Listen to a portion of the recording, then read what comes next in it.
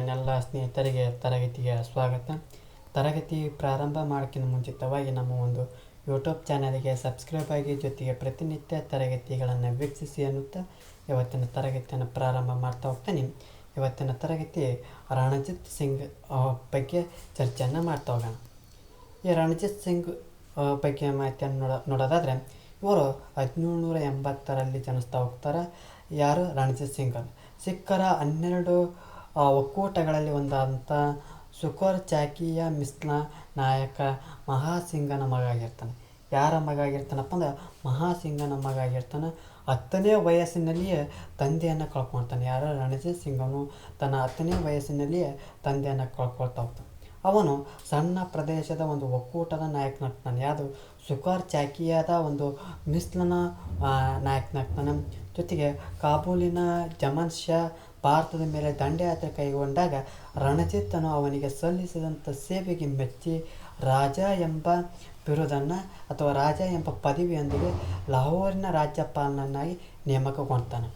ಅಂದ್ರೆ ಯಾವಾಗ ಈ ಒಂದು ಸಣ್ಣ ಪ್ರದೇಶ ಒಕ್ಕೂಟ ನಾಯಕನಾದಂಥ ಸಂದರ್ಭದೊಳಗೆ ಕಾಬೂಲಿನ ಜಮನ್ ಶಾ ಭಾರತದ ಮೇಲೆ ದಂಡಯಾತ್ರೆ ಕೈಗೊಂಡಂಥ ಸಂದರ್ಭದೊಳಗೆ ರಣಜಿತ್ತನು ಅವನಿಗೆ ಸಲ್ಲಿಸಿದಂಥ ಸೇವೆಗೆ ಮೆಚ್ಚಿ ಏನಾಗ್ತಾನಪ್ಪ ಅಂದ್ರೆ ರಾಜ ಎಂಬ ಪದವಿಯೊಂದಿಗೆ ಲಾಹೋರಿನ ರಾಜ್ಯಪಾಲನಾಗಿ ನೇಮಕಗೊಳ್ತಾ ಹೋಗ್ತಾನೆ.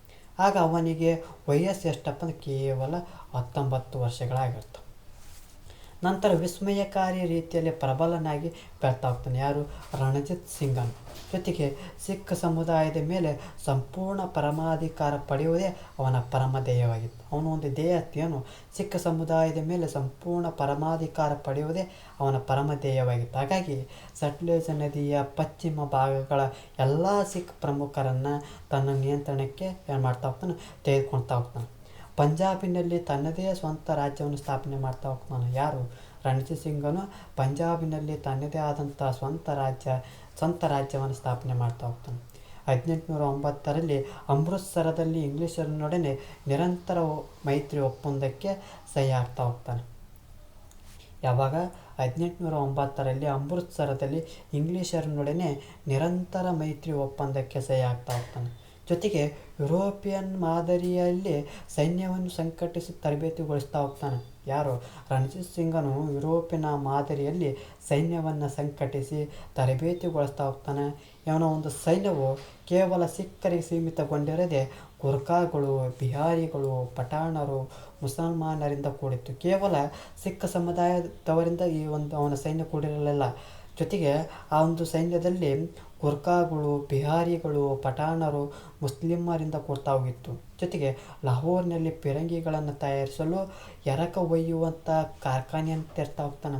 ಅಂದ್ರೆ ಲಾಹೋರ್ನೊಳಗೆ ಫಿರಂಗಿಗಳನ್ನು ತಯಾರಿಸೋಕ್ಕಾಗಿ ಎರಕ ಒಯ್ಯುವಂಥ ಕಾರ್ಖಾನೆಯನ್ನು ತೆರ್ತಾ ಹೋಗ್ತಾನೆ.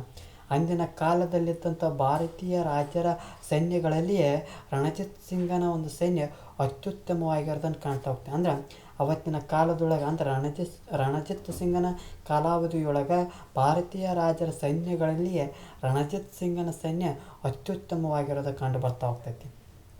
ಜೊತೆಗೆ ಜಾತ್ಯತೀತ ಮನೋಭಾವದ, ಯಾಕಪ್ಪ ಅಂದರೆ ಯಾವುದೇ ಒಂದು ಜಾತಿಗೆ ಧರ್ಮಕ್ಕೆ ಸೀಮಿತನಾಗಿರಲಿಲ್ಲ, ಜಾತ್ಯತೀತ ಮನೋಭಾವದವನಾಗಿದ್ದ.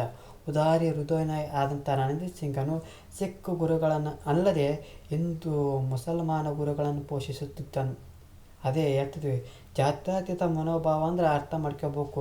ಕೇವಲ ಸಿಖ್ ಗುರುಗಳ ಅನ್ನೋದಲ್ಲದೆ ಹಿಂದೂ ಮುಸಲ್ಮಾನರ ಗುರುಗಳನ್ನು ಏನು ಮಾಡ್ತಾ ಇದ್ರು? ಪೋಷಿಸುತ್ತಿದ್ದನು. ಎಲ್ಲ ಧರ್ಮೀಯರು ಅವನ ಆಡಳಿತದ ಉನ್ನತ ಸ್ಥಾನದಲ್ಲಿದ್ದರು. ಅಂದ್ರೆ ಎಲ್ಲ ಧರ್ಮೀಯರು ಏನು ಮಾಡ್ತಾ ಇದ್ರು? ಅವನ ಆಡಳಿತದ ಉನ್ನತ ಸ್ಥಾನದಲ್ಲಿರ್ತಾ ಹೋಗ್ತಿದ್ರು. ಆ ಬ್ರಿಟಿಷರನ್ನು ಎದುರು ಹಾಕಿಕೊಳ್ಳದೆ ಸಿಖ್ ರಾಜ್ಯವನ್ನು ರಕ್ಷಿಸುವಲ್ಲಿ ಯಶಸ್ವಿ ಆಗ್ತಾ ಹೋಗ್ತಾನೆ. ಅಂದರೆ ಆ ರಣಜಿತ್ ಸಿಂಗನು ಬ್ರಿಟಿಷರನ್ನು ಎದುರು ಹಾಕಂಗಿಲ್ಲ, ಆ ಎದುರು ಹಾಕಿಕೊಳ್ಳದೆ ಸಿಖ್ ರಾಜ್ಯವನ್ನು ರಕ್ಷಿಸುವಲ್ಲಿ ಯಶಸ್ವಿ ಆಗ್ತಾ ಹೋಗ್ತಾನೆ. ಅದೇ ರೀತಿ ಆ ಬ್ರಿಟಿಷರು ವಾಯುವ್ಯ ಭಾಗದಿಂದ ನಡೆಯಬಹುದಾದಂಥ ಸಂಭಾವ್ಯ ದಾಳಿಗಳನ್ನು ರಣಜಿತ್ ಸಿಂಗನ್ ಏನು ಮಾಡ್ತಾ ಇದ್ದ? ರಣಜಿತ್ ಸಿಂಗನ ರಾಜ್ಯದ ಅತ್ಯಂತ ರಕ್ಷಣಾ ರಾಜ್ಯ ಒಂದರ ಒಂದು ಅವಶ್ಯಕತೆ ಇತ್ತು. ಅಂದ್ರೆ ಪಪ್ಪರ್ ಸ್ಟೇಟ್ ಅಂತ ಕರಿತಾ ಹೋಗ್ತೇವೆ.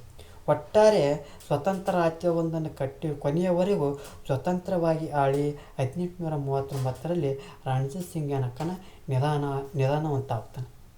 ಅಂದ್ರೆ ಈ ರಣಜಿತ್ ಸಿಂಗನ್ ಏನಪ್ಪ ಅಂದ್ರೆ ಒಬ್ಬ ಸಿಖ್ಖರ ಒಂದು ಏನು ಅತ್ಯುತ್ತಮವಾದಂಥ ವ್ಯಕ್ತಿ ಆಗ್ತಾನೆ. ಯಾಕಪ್ಪ ಅಂದ್ರೆ ಆ ಒಂದು 1809 ಅಮೃತಸರದಲ್ಲಿ ಇಂಗ್ಲೀಷ್ ನಿರಂತರ ಮೈತ್ರಿ ಒಪ್ಪಂದ ಮಾಡ್ಕೊಳ್ತಾ ಹೋಗ್ತಾನೆ.